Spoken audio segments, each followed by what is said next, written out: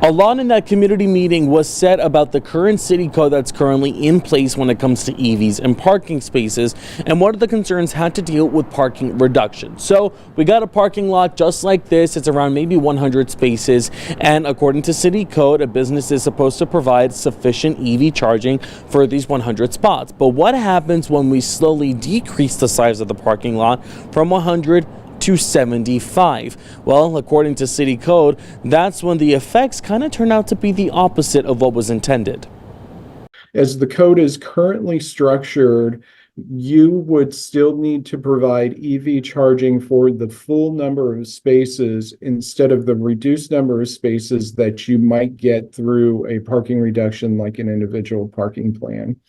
So you would have to provide EV parking for, let's say, if you had 100 spaces required and you were approved to only provide 75, you would have to provide charging for that full 100. To mitigate the potential negative outcome, city staff was directed by mayor and council after a September study session to, quote, amend existing standards to base the number of acquired EV/SE parking spaces on the total amount of parking provided after any approved reductions.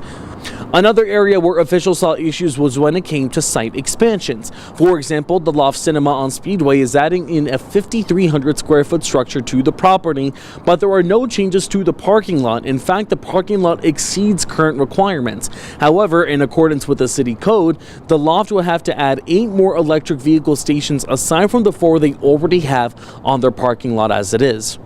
It was intended that we would save cost, or that people would be able to save costs by providing charging infrastructure at the time of development rather than putting that infrastructure in later. So we want to make sure that we just have enough flexibility worked into the code for situations like that. The process to amend the city code is still early in the works. There is a commission study session held for next month with another public hearing scheduled for January, and finally a tentative decision to finally amend that city code by mayor and council, hopefully by February. Reporting near Speedway and North Country Club, Andres Rendon, 13 News.